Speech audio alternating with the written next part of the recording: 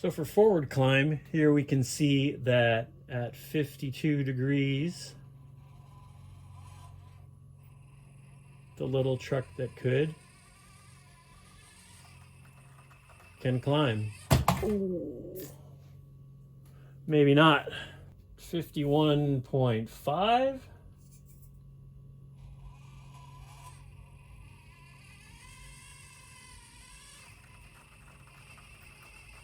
We can still make it at 51.5. Let's try downslope measurements by trying to run in reverse up a 45-degree angle.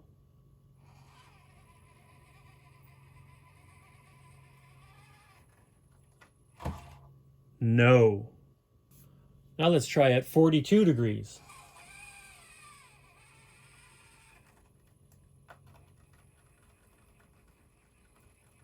There we go.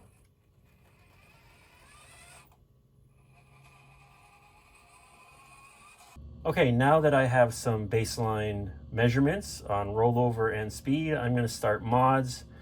A little earlier said I would put those portals on first, but I'm not going to do that because I remembered I had these McHugh trailing arms which extend the rear axle of the FMS 24, and that should really help with its incline and decline crawling abilities. So I want to do that first.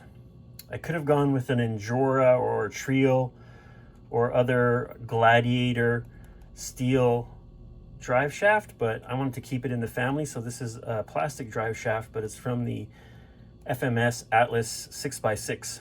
And while I'm there, I might as well put on the McHugh steering links. So after I do that, I will run some tests again with my flipometer. If you're wondering what a flipometer is, look up in the corner. I'll put a link to the flipometer video there. So here it is. This is the truck that I extended the links with the McHugh links. You can see the difference here. They're lined up at the front. This is a stock limited edition. It's quite a gain here. I also put oil in the shocks, so it's really not bouncy anymore, which I think is pretty awesome.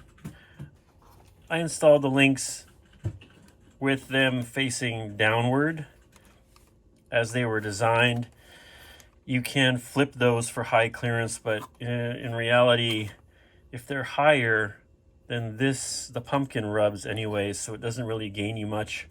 But if they are installed this way, they do not meet when they flex, so there's no binding, and they have full range of motion.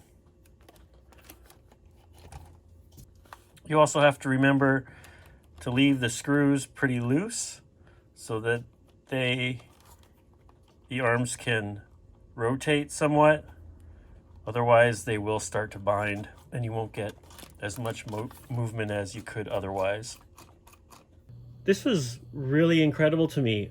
All I did was extend the rear end with the McHugh trailing arms, and I went from 51.5 degrees to 58 degrees on the forward climb. Now, it's not 100% loving it, but it doesn't flip over backwards, and it does. Okay, it flips over backwards. If I go a half a degree less to 57.5,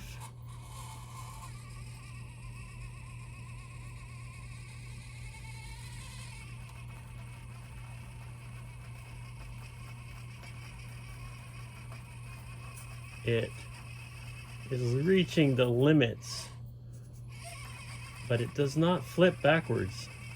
It's going to probably go off the backside, yeah. So I gained 6 degrees on vertical climb going forwards.